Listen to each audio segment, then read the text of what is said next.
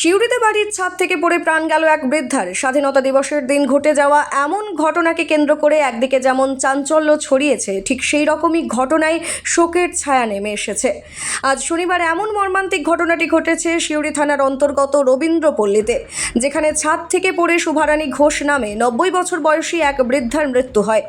ঘটনার খবর পেয়েই তড়িঘড়ি ঘটনাস্থলে পৌঁছয় সিউড়ি থানার আইসি সহ পুলিশ।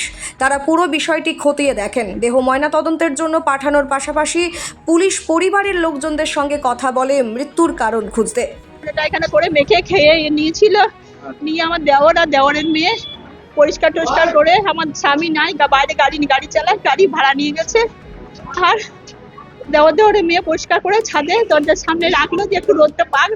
আর সকাল থেকে পায়খানা করেছে বলে বললো কি চা খাবো না, নিয়ে আমি রান্না করে ভাত টাত দিয়ে, আর সকাল থেকে খাই না, একটু বেশি বেশি ভাত দিয়ে আমি বলি বাবা দিয়ে আয় দেওরের মেয়েকে।